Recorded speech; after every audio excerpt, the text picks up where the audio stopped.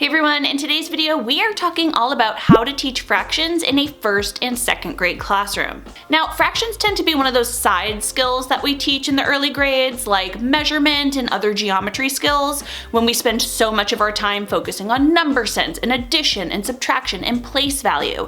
Those are like the main ones, and then we kind of have these side math standards we sprinkle in here and there, but fractions are really one of those concepts that students need to understand as they continue going year to year. So in today's video, I want to share some of the main things we should be focusing on as we teach fractions to our first and second grade students, and I also have 3 easy activities that you can use with your kids right away. If you're ready to hear what these activities are, give this video a like, subscribe to my channel, and let's get started.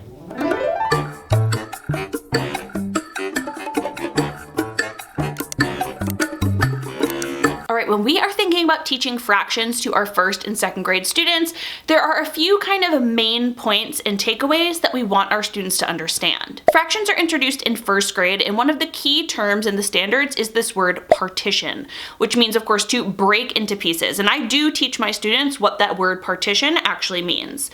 So here in first grade, students are introduced to partitioning things in half, as well as partitioning things into fourths or quarters. So we also have some vocabulary we want students to use. We want them to learn what half means, quarter, fourth, and partition. Now in first grade, we also want students to understand that when we are breaking holes into these fractions of half and fourths, they are in equal pieces. So we do want students to kind of recognize equal versus non-equal. But the big takeaway before students move on to second grade is we want students to understand that the more parts something is broken into, the smaller those shares are going to be. So if we have 1/2 of a cookie, we will have more than 1/4 of a cookie. Taking all that information over into second grade, we again want to review partition and what a fraction is. It's a part of a whole, but here instead of just working on halves and fourths, we are also working on thirds. So they're introduced to breaking something into 3 pieces. We will of course review everything we learned in first grade over in second grade,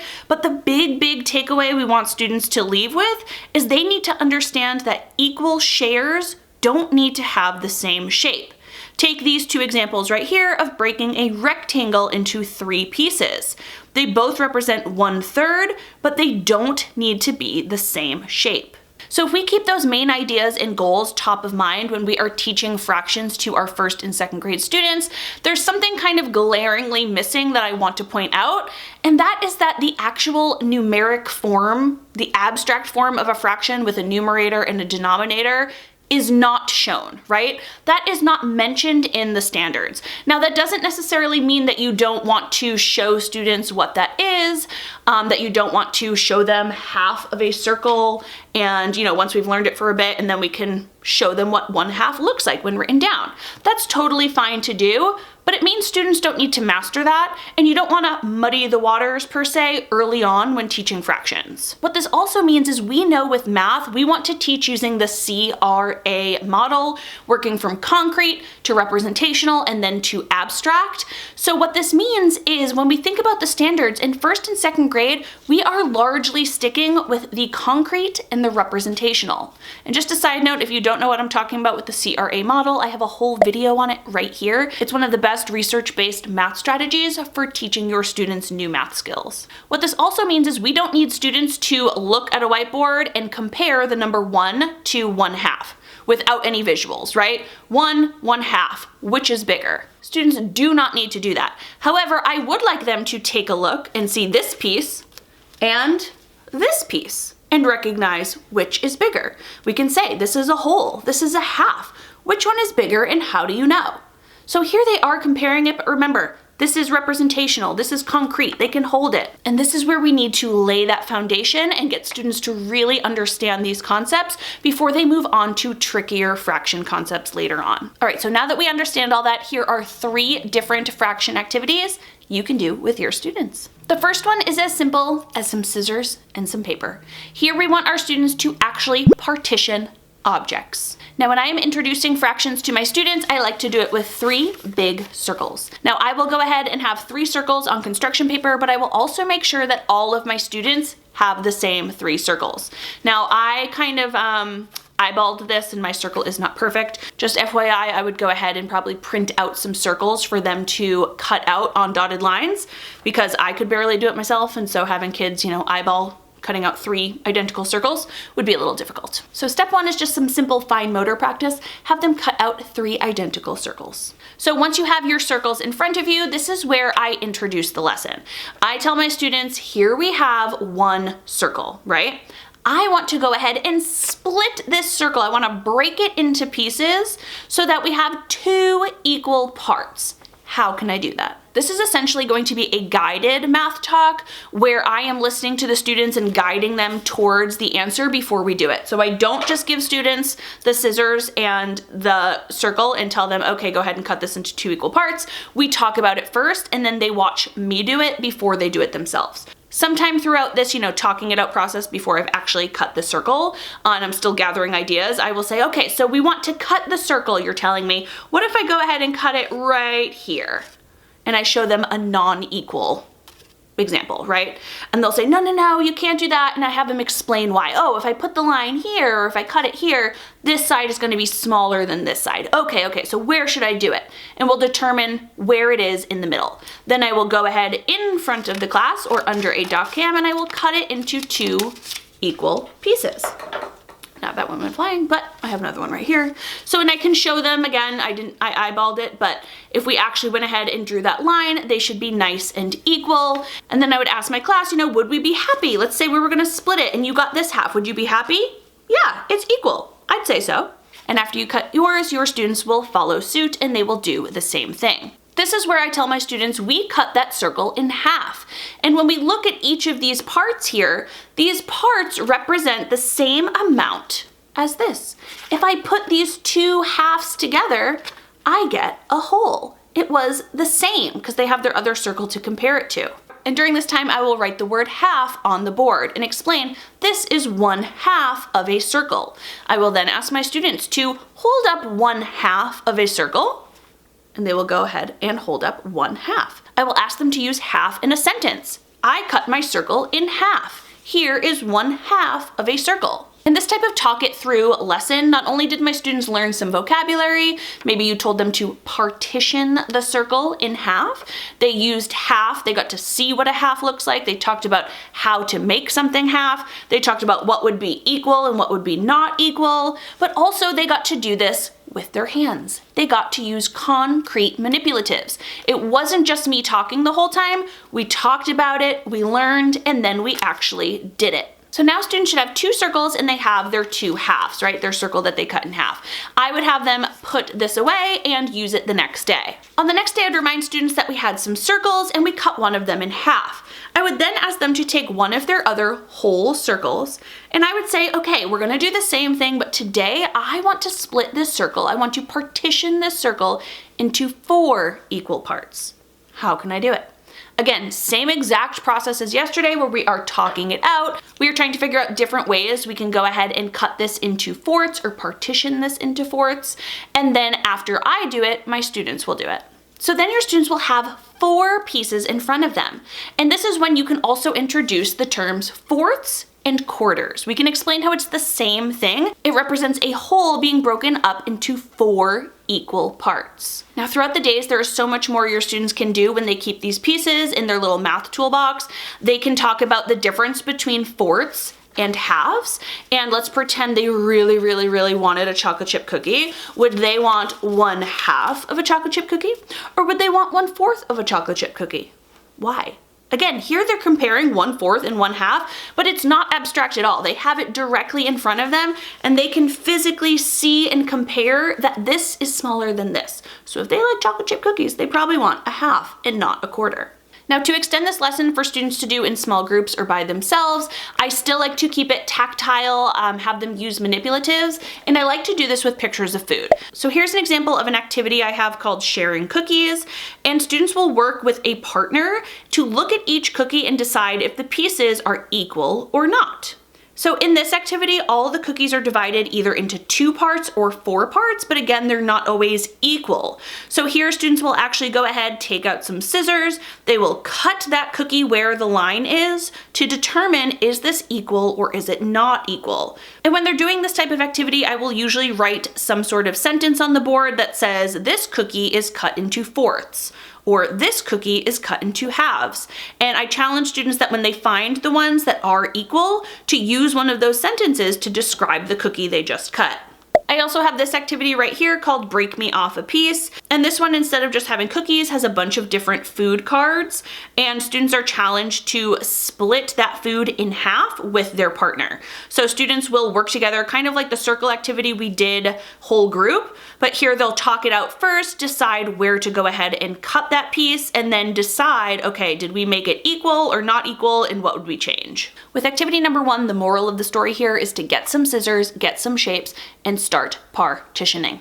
Activity number 2 is to use pattern blocks to represent fractions. Now in this activity, students aren't going to be partitioning them themselves. They're not going to cut our pattern blocks, but they are going to keep it concrete, right? They're going to use manipulatives to actually represent fractions. Now for this type of teacher guided activity, I would again have the same pattern blocks as my students. So I would let them have a set on their desk, and then I would have one under a doc cam or somewhere where all the class can see it. And I would start this activity by simply giving them a question. How many trapezoids fit in a hexagon? And I would want students to figure out that it takes 2 trapezoids to fill a hexagon. This way students can actually use the manipulatives, fill it up, and see that it does take 2 trapezoids to make a hexagon.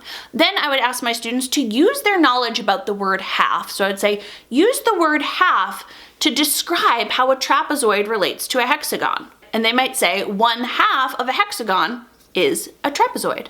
If you're a 2nd grade teacher, you can extend this with a rhombus to talk about thirds. So you can ask your students how many rhombuses, it's rhombuses, right? Not rhombi, definitely rhombuses. How many rhombuses, I think, fit in a hexagon? And they will go ahead and see that it's 3. And then you can say, okay, can you use the word third to describe the relationship between a rhombus and a hexagon? Here we're developing that vocabulary and keeping it concrete. If you're sticking with thirds, we also have triangles into a trapezoid.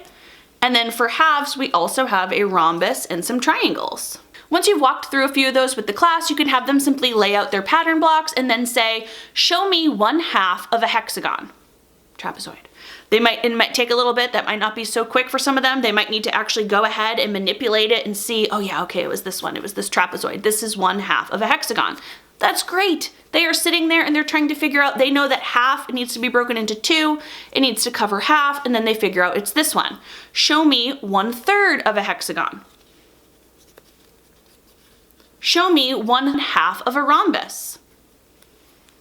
So pattern blocks are a great hands-on way to work on fractions and practice that vocabulary. All right, the first 2 activities I shared were all about that concrete learning, right? And we know how important that is for our students to build those math skills.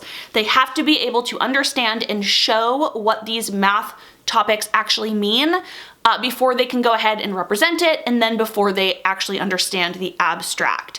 So these are great, and I love to have students actually use some scissors, a little fine motor practice, cut something in half, and they can actually pull it apart and feel it, right? So I also like to have them use Play-Doh. I definitely start with scissors, but then Play-Doh is another way to extend and keep practicing that same type of partitioning. So first we had our students actually break things apart, then we also used more concrete manipulatives to show different fractions while connecting that vocabulary. But now with activity number 3, I want to focus on the representational. When you feel your students have mastered that concrete understanding of fractions and they can break something in half, they can break it into fourths, they can show it with manipulatives, let's see if they can identify it in pictures or even create pictures of it. Now there's a few different activities I love for this, the first being a classic math talk. Now here's some examples from my geometry math talks that I actually just came out with. I have an entire bundle filled with tons of different math talks for kindergarten, 1st, and 2nd grade. And these are the geometry ones. So here we have pictorial representations of fractions. So here's an example of 2 slices of pizza, and I would ask, which slice of pizza would you want? and why, right? They have to explain. So here they have to recognize that, okay, this slice over here, this pizza is broken into fourths, and this pizza over here is broken in half. So which slice do I want? If I'm feeling really hungry, maybe I want the half.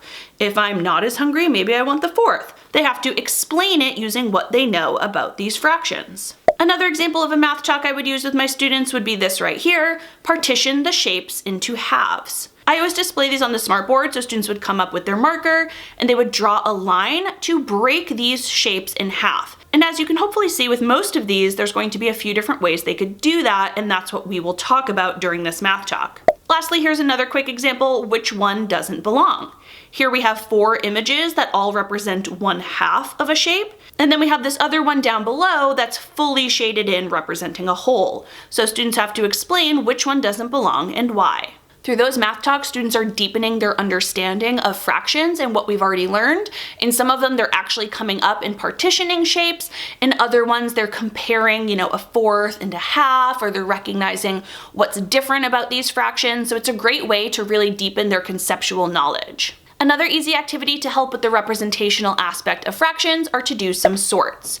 Here we have a simple equal versus non-equal sort, where students will have to look at the shapes and how they are broken apart and determine, are these pieces equal or are they not equal, and sort them. I always start with a sort like that one, where students will work either with a partner or independently to do that. And then we move on to this one right here, where students have to decide, does this represent 1/2 or 1/4? Now it's important to note that here in the headers, you do see that abstract version of a fraction, right? We have 1/2 and 1/4 to show 1/2 and 1/4. By this point, if students are working independently, I don't see much harm in showing them and exposing them to this abstract part. As long as I know that students don't have to master that and I don't introduce it too early, there's really no harm in allowing them to see what 1/2 looks like when they are also comparing it to pictures of things that are broken in half. And the same with 1/4. So here students will simply flip a card, they will look at the fraction and determine, is this showing 1/2 or 1/4, and sort it. Lastly, I always love some print and play partner games, so I have some spinner games that students can play as well.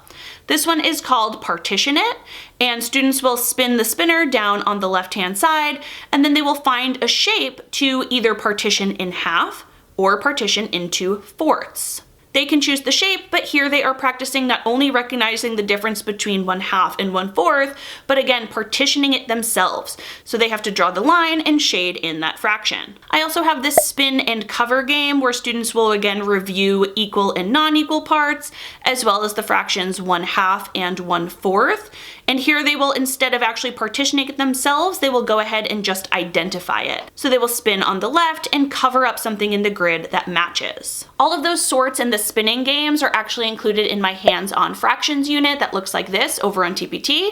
I will link that down in the description along with my number talks and anything else I mentioned in this video. But just to recap one last time, you want to focus on concrete and representational activities that will really help your students build those foundational skills so they understand what fractions really mean. I hope if you are teaching fractions soon, you can take some of these ideas and activities to use with your own students right away. As always, if you did enjoy this video, please give it a thumbs up so I know. Make sure you are subscribed to my channel and click that bell.